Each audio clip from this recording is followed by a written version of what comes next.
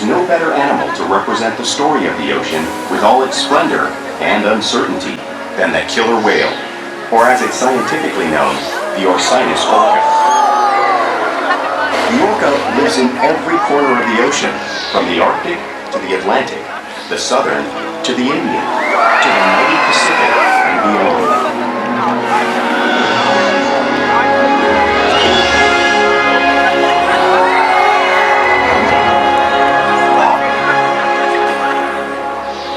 This whale's story is the ocean's story, and it is one we all share.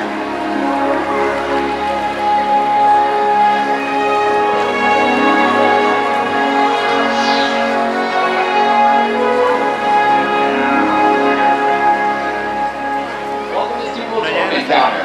My name is Fluke, and I'm so honored to introduce you to this intriguing and majestic animal.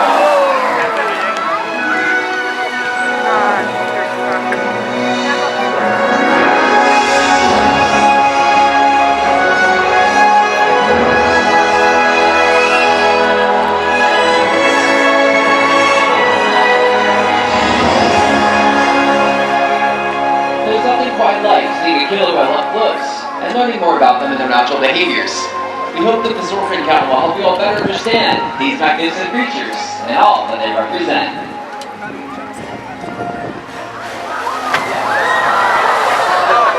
Alexis, are you ready? You ready for that? You're about to get jumped.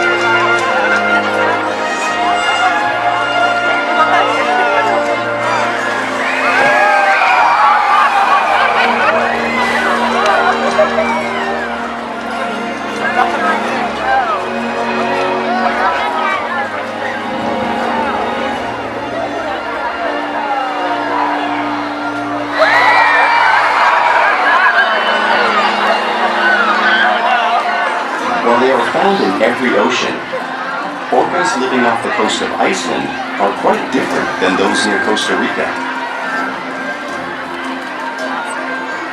In fact, there are at least 10 types, or ecotypes, of killer whales. An ecotype describes the differences between killer whale size, physical form, prey, social structure, and habitat. As you can see, the differences are subtle, but noticeable when compared side by side. Orcas are adapted perfectly to their environments. And even the whale's black and white coloration has a purpose. It camouflages the outline of their bodies in the water, making it easier for them to surprise and catch their prey.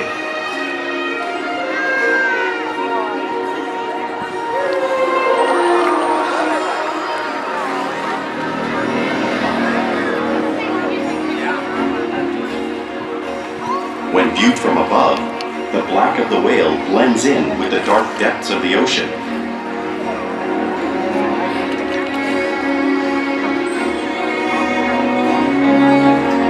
When viewed from below, the orca's white bellies match the brighter surface of the water, blending with the light above, giving them the perfect camouflage.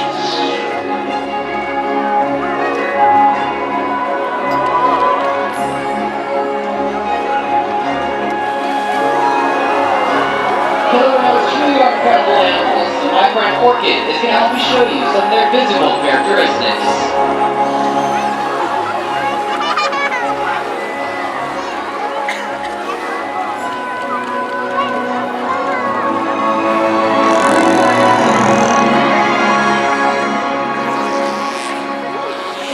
The hole on top of the whale's head is called the blowhole.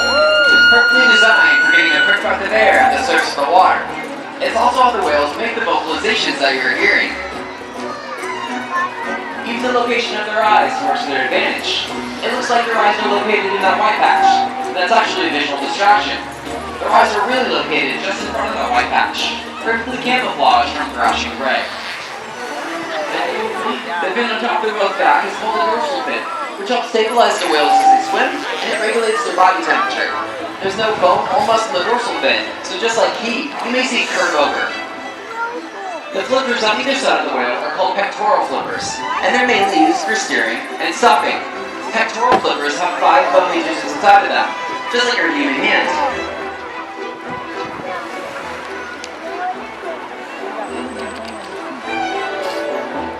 Now the lobes on either side of the tail are called flukes. Tail flukes are the killer whale's engine, propelling them to speeds up to 30 miles an hour, which is as fast as a speedboat.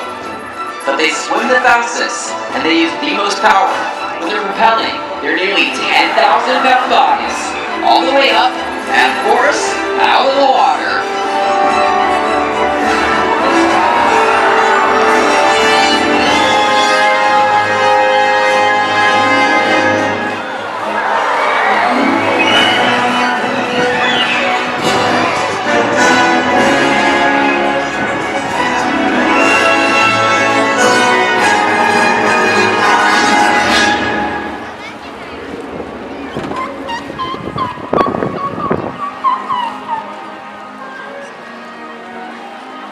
Killer whales are highly social animals, with a well-defined social structure. An orcapod is always led by a female.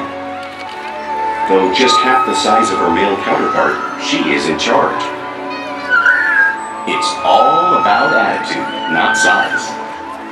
Because they live and work as a group, orcas need to communicate with sounds and body language. Orcas use clicks for echolocation or navigation.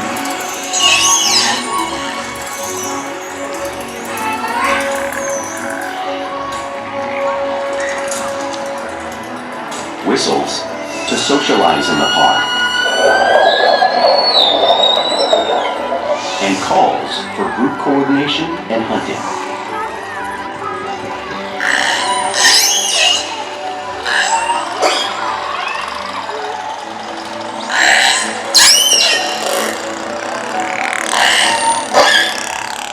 Vocal development studies here at SeaWorld show that early on, calves learn vocalization from their mothers. But as they grow, they learn from others close to them as well. This is a bottlenose dolphin call that Shuka learned and even taught other killer whales here at SeaWorld. In fact, orcas are the largest members of the dolphin family.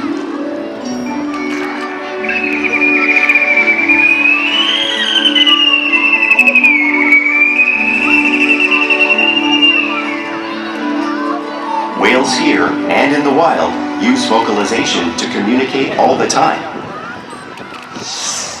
Like most animals, killer whales use body language to communicate. As you saw, a peck slap might be used to surface the water to show dominance or to get noticed. For example, a mother might use a peck slap to get her calf's attention.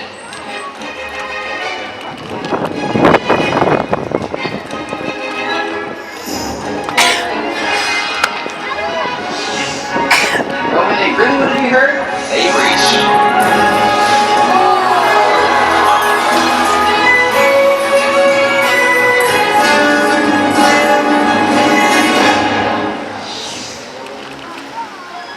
Spy hopping is how killer whales coordinate and how they get a better view of the surroundings while they hunt.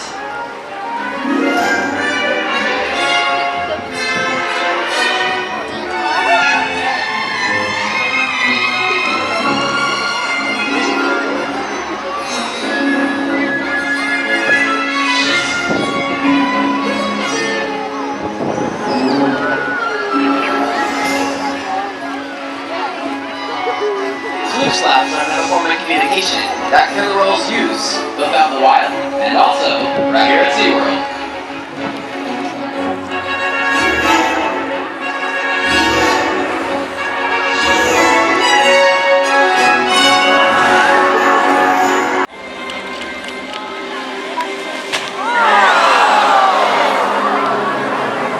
Killer whales work together to rear their young, protect their pod, and most importantly, pursue and catch their prey. Every day they cooperate to survive in the wild oceans of the world. The orca's hunting techniques are as varied as the whales themselves. Norwegian killer whales will circle herring, herding them together. The whales use sounds to coordinate with each other and to disorient the herring. With the fish confused and contained, The whales stun them with their powerful tail flukes, making for an easy meal.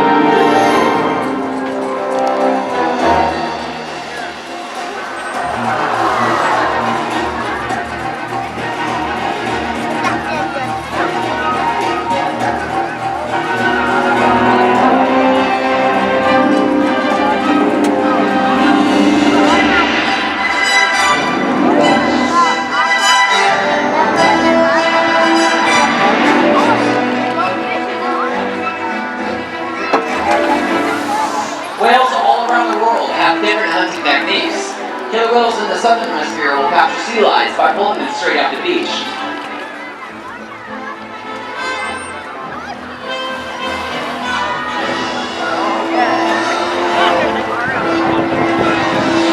Get ready.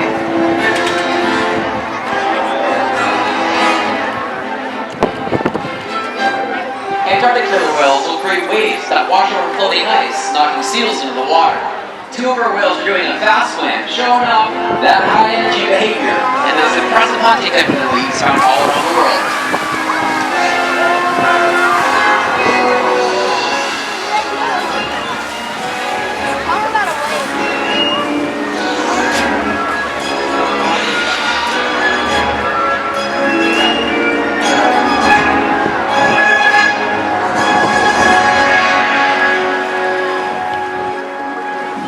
Now you all just saw those incredible hunting techniques and all that water being displaced, but it's truly impossible to imagine how much water comes out until you experience it firsthand.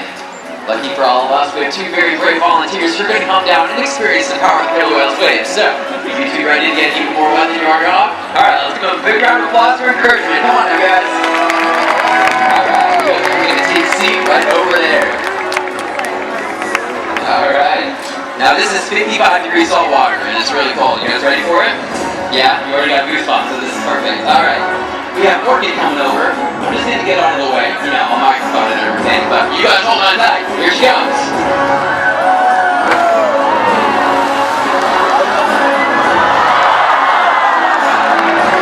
How'd that feel? Cold. Perfect. So let's give them a huge round of applause. Nice job, guys. Nice job, Maya.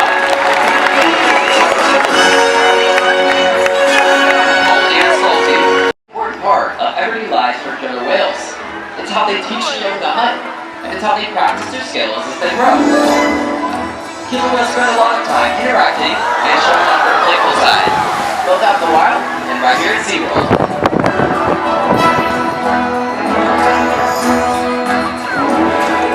One of the playful behaviors that you may see is called porpoising, and that's when the whales swim fast to the surface of the water, breathing out in momentarily.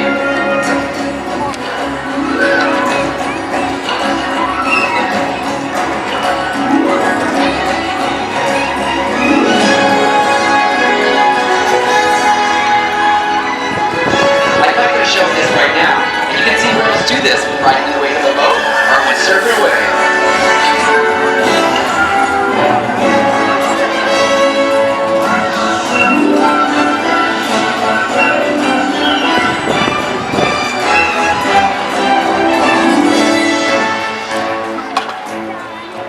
Killer whales are very tactile animals and have very sensitive skin. You'll often see them rubbing on different sandy or rock bottom beds to rub their old skin off. Corky's on her way to show off the behavior right in our slide now.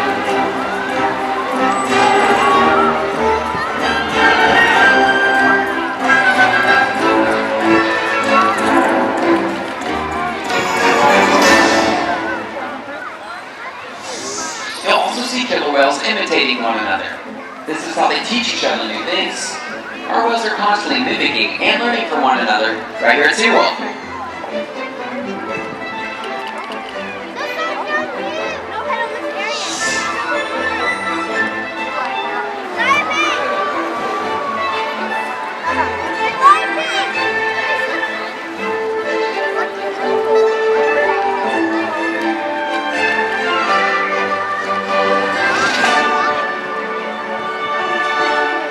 Now, playful behavior always has a purpose.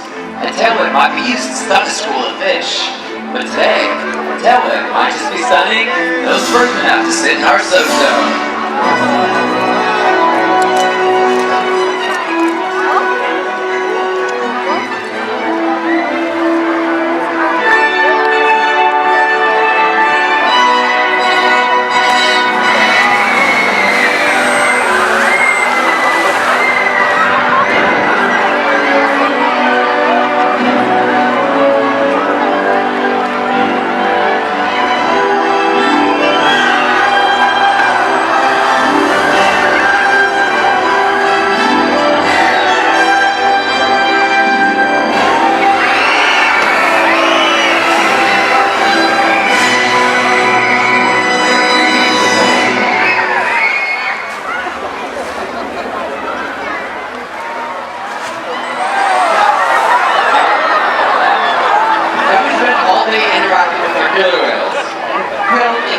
trust relationships with all 8 of them.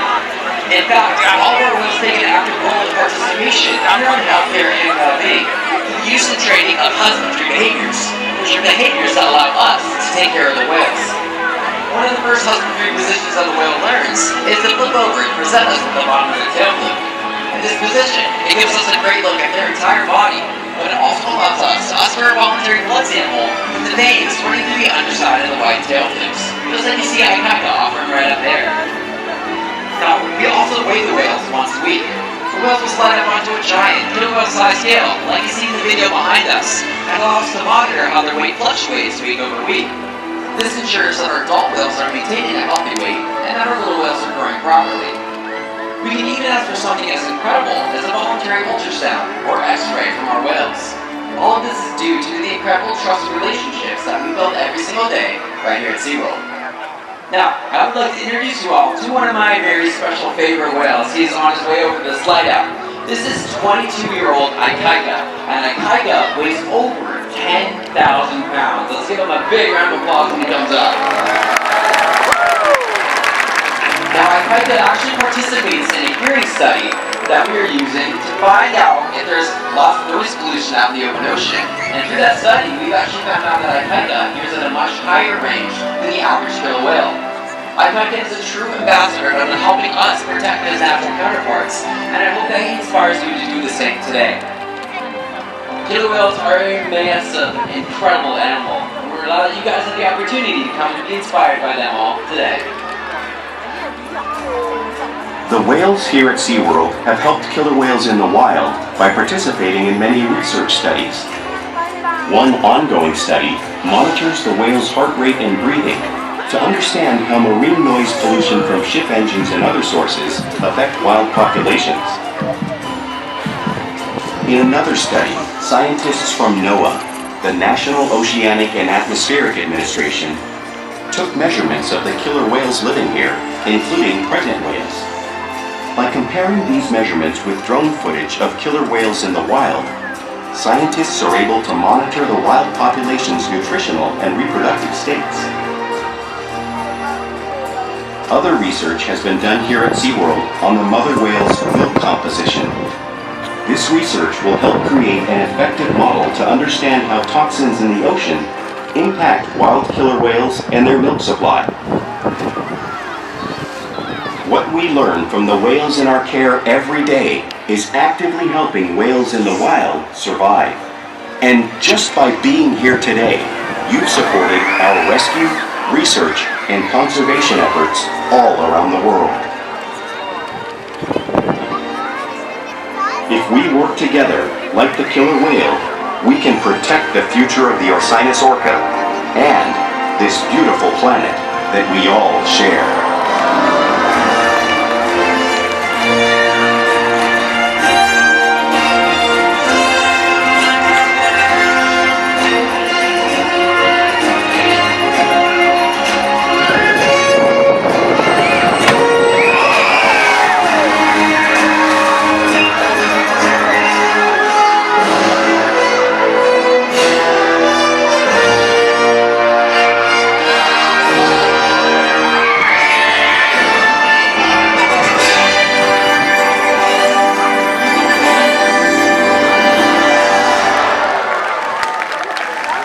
Ladies and gentlemen, we hope that you've enjoyed Corky and Ikaika. Enjoy the rest of your day right here at SeaWorld San Diego. Goodbye, everybody.